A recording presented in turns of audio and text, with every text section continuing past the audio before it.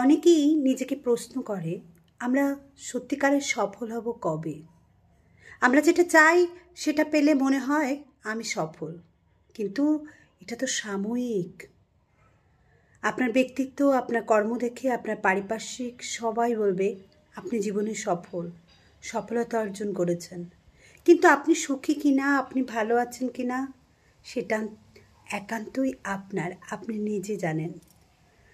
ভারতীয় দর্শন অনুযায়ী, ভারতীয় দর্শনের শাস্ত্র অনুযায়ী এই সফলতা বা সাফল্যের সংজ্ঞা পশ্চিম ধারণার ধন, সম্পদ, খ্যাতি, মর্যাদা থেকে একটু আলাদা।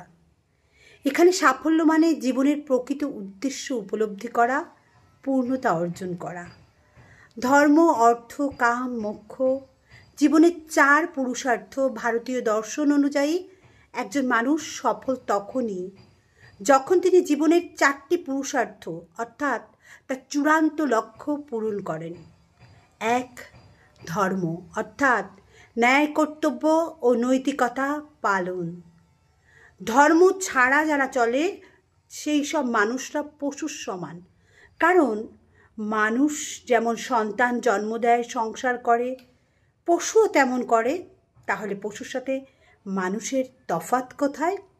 এটা মনুস্মৃতির 2.12 অধ্যায়ে লেখা রয়েছে। অর্থ অর্থাৎ জীবিকা নির্বাহ বা সামাজিক দায়িত্ব পালনের জন্য ন্যায়সঙ্গত সম্পদ অর্জন। কাম সাংসারিক সুখ, ভালোবাসা, আনন্দ, তবে তার নিয়ন্ত্রিত এবং ধর্মসম্মত কাম।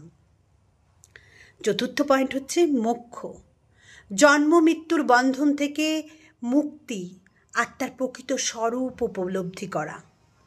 এটাই হচ্ছে সফলতার 4টি ধাপ।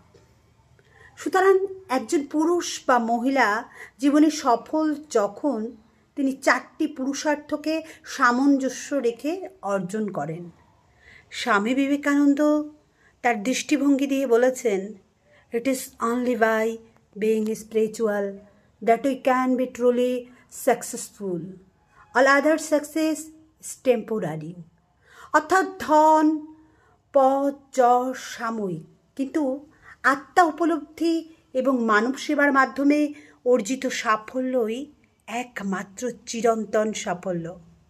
একজন পুরুষ বা মহিলা তখনই মনে করেন জীবনে তিনি সফল যখন তিনি ধর্মমতে সৎকর্ম করেছেন, ন্যায়সঙ্গতভাবে অর্থ উপার্জন করেছেন, সংসার জীবনে আনন্দ ও প্রচুর ভালোবাসা পেয়েছেন এবং সর্বশেষে আত্মা উপলব্ধি করে মুক্তির পথে অগ্রসর হয়েছেন। শাস্ত্র অনুযায়ী যে ব্যক্তি ধর্ম, অর্থ, কাম, মোক্ষ এই 4টিকে সামঞ্জস্যপূর্ণভাবে অর্জন করে সেই জীবনে সত্যিকারের সফল। অসংখ্য ধন্যবাদ সকলকে মন দিয়ে শোনার জন্য।